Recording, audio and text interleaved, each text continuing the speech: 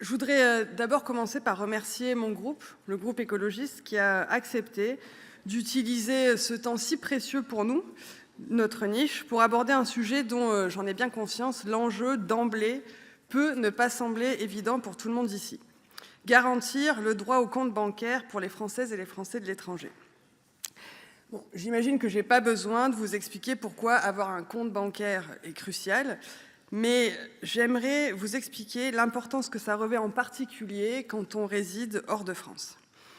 L'absence de compte bancaire en France, quand on est français ou française de l'étranger, c'est des difficultés pour payer ses impôts, notamment pour les personnes qui sont établies en dehors de la zone euro et qui n'ont pas accès au prélèvement SEPA. C'est des difficultés pour percevoir des aides sociales, pour réaliser des opérations courantes comme le versement d'une pension alimentaire à son conjoint resté en France ou le paiement de frais de scolarité à un enfant parti étudier sur le territoire national. Autant de situations extrêmement banales, vous l'imaginez.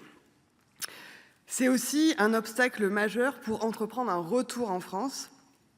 Et malheureusement, la situation géopolitique fait que de plus en plus de nos compatriotes à l'étranger sont amenés à prévoir un retour en France. Parce que, notamment au stade de la recherche de logement, par exemple, certaines agences immobilières demandent un compte bancaire français pour prélever les loyers. Bref, disposer d'un compte bancaire capable de réaliser des opérations de base, ce n'est pas un confort, c'est une nécessité indispensable pour les Français de l'étranger. Or, et c'est ça que j'aimerais vous expliquer, lorsqu'on est Français établi hors de France, on se retrouve confronté à au moins deux problèmes. D'un côté, trop souvent, les banques françaises ferment les comptes de leurs clients partis vivre à l'étranger, donc les personnes qui étaient en France avaient un compte en France, puis partent à l'étranger, parce que globalement, elles n'ont pas envie de s'embêter avec des clients de l'étranger. De l'autre, quand on est à l'étranger et qu'on n'a pas de compte bancaire en France, en ouvrir un est extrêmement compliqué. Et je voudrais vous donner un ordre d'idée du problème dont on parle. Il y a plus de 3 millions de personnes qui vivent à l'étranger. Plus de 3 millions de Français, pardon. Il y a beaucoup plus de personnes qui vivent à l'étranger. 3 millions de Françaises et de Français qui vivent à l'étranger. Et lors d'une enquête menée en 2024 par l'association Français du Monde auprès de 22 000 répondants établis hors de France. Alors on m'a dit oui, 22 000 par rapport à 3 millions. Enfin bon, les sondages qu'on utilise en France, généralement, c'est autour de 1 000 personnes, les échantillons. Donc voilà. 22 000 répondants établis hors de France, 11%. Alors déjà, 60% disent qu'ils ont un problème avec la gestion de leur compte bancaire en France. 11% déclarent que leur compte français a été fermé par leur banque et près de 5% qui ne sont pas en capacité d'en ouvrir un. Donc en gros, on a entre 100 000 et 350 000 personnes qui ont un problème sérieux qu'on essaye aujourd'hui de régler. Et moi, je peux en témoigner directement, je l'ai vécu moi-même. Avant d'être élue, je résidais en Belgique, je n'avais pas de résidence fiscale en France. Mon compte bancaire a été fermé. Et puis lorsque j'ai été élue sénatrice, et que j'ai voulu ouvrir un compte bancaire en France parce que je voulais que mon AFM puisse être versé sur un compte en France, ça me paraissait logique. Je n'avais pas de résidence fiscale en France, mais uniquement en Belgique. Et ça a été impossible.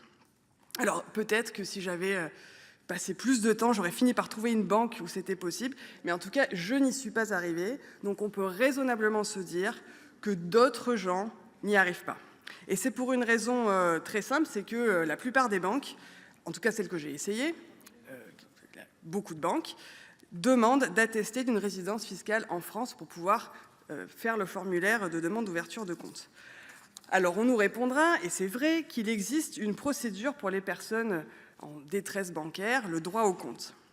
Et c'est tout à fait vrai, lorsqu'une personne se voit refuser l'ouverture d'un compte bancaire, elle peut saisir la Banque de France pour que la Banque de France désigne un établissement chargé de lui fournir les services bancaires de base. Et le problème, c'est que cette procédure, elle est certes ouverte aux Français établis hors de France, mais elle est très inadaptée à leur situation. D'abord parce que pour utiliser cette procédure, il faut justifier d'un refus. Et qu'en fait, c'est très difficile d'avoir un refus Parce que pour avoir un refus, il faut avoir été en capacité de demander quelque chose. Or, pour demander l'ouverture d'un compte, eh bien souvent, sur les formulaires en ligne, vous devez donner des informations que vous ne pouvez pas fournir lorsque vous résidez à l'étranger. Une adresse en France, un numéro de téléphone français, certifier que vous avez une résidence fiscale en France, ce qui, la plupart du temps, bien souvent, n'est pas le cas. Et donc, vous ne pouvez pas demander l'ouverture du compte, et donc vous ne pouvez pas avoir de refus. Alors, le rapporteur vous dira que en fait tout va bien parce qu'aujourd'hui on a le recommandé électronique, que depuis 2022 nous avons introduit un système de refus implicite qui veut dire que lorsque vous envoyez un mail à la banque pour lui demander d'ouvrir un compte, si elle ne répond pas d'ici 15 jours, ça vaut refus, et que donc à partir de là, vous pouvez saisir la Banque de France. Et c'est vrai, c'est tout à fait vrai. Il se trouve que les gens normaux qui lisent pas au petit-déj l'article L312-1 du Code monétaire et financier, c'est-à-dire beaucoup de gens quand même, ne font pas ça. Ils vont sur Internet, ils cherchent une banque, ils constatent qu'ils n'arrivent pas à ouvrir de compte, et ils galèrent. Et j'en veux pour preuve le fait que la Banque de France fait état de 56 cas de Français de l'étranger en 2025, donc 3 ans après la réforme de 2022, qui ont eu accès au droit au compte. Quand on évalue un peu plus de 100 000 personnes, le nombre de personnes concernées, 56 qui ont bénéficié de la procédure, je pense qu'on voit très clairement qu'il y a un problème. La procédure ne fonctionne pas.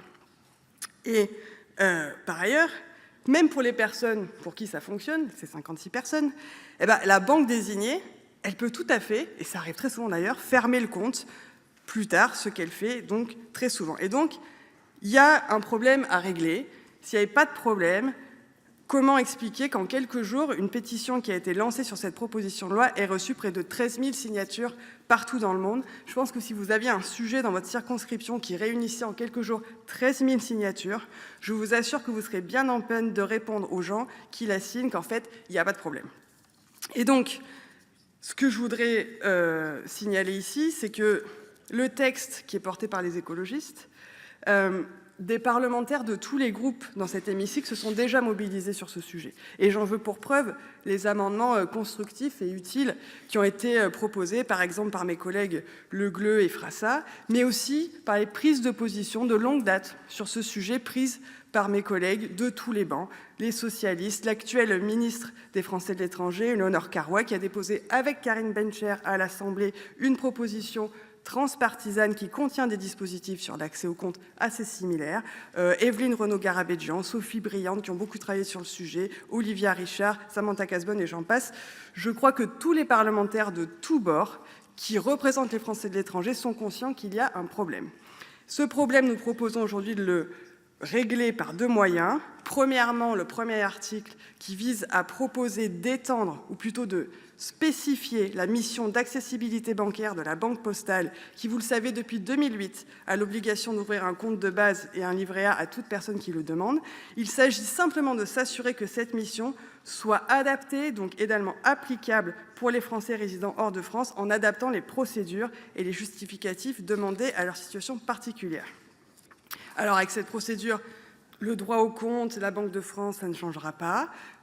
Cette procédure existera toujours. Ça n'empêchera pas de l'utiliser. Ça ajoutera simplement une corde à l'arc des Français de l'étranger qui se trouvent en détresse bancaire. Alors, le rapporteur vous dira peut-être que ça pose un problème de droit de la concurrence européenne, parce qu'une mission de service public, ça induit une compensation publique. J'ai du mal à en être convaincue, parce que cette mission, elle existe déjà. On exige ici simplement qu'elle soit parfaitement adaptée aux Français de l'étranger, ni plus ni moins. Le second article de notre proposition s'attache au deuxième problème, la fermeture des comptes. Ça implique simplement que le délai de préavis avant résiliation soit augmenté, soit doublé. À présent, il est de 2 mois, qui soit porté à 4 mois pour les comptes détenus par les Français résidant hors de France, afin de s'adapter aux délais postaux. Je peux en témoigner, j'ai envoyé moi-même des vœux à des élus le 10 janvier, et il y a 3 semaines, j'ai une élue au Chili qui m'a remerciée parce qu'elle venait de recevoir la carte. Je vous assure, c'était simplement une carte postale. Donc ça a pris à peu près 4 mois. Ce texte, évidemment, c'est pas le grand soir, ça ne résout pas tout, mais ça permet de résoudre un ensemble des problèmes administratifs de nos compatriotes à l'étranger.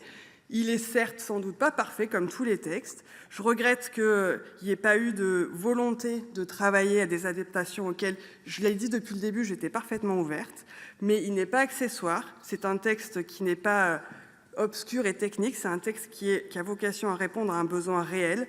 Et donc, je vous invite à le voter et à envoyer un signal positif à nos compatriotes à l'étranger en démontrant que collectivement, dans cet hémicycle, nous pouvons nous réunir autour de la résolution de leurs problèmes quotidiens. Je vous remercie. Je vous remercie, Madame Vogel.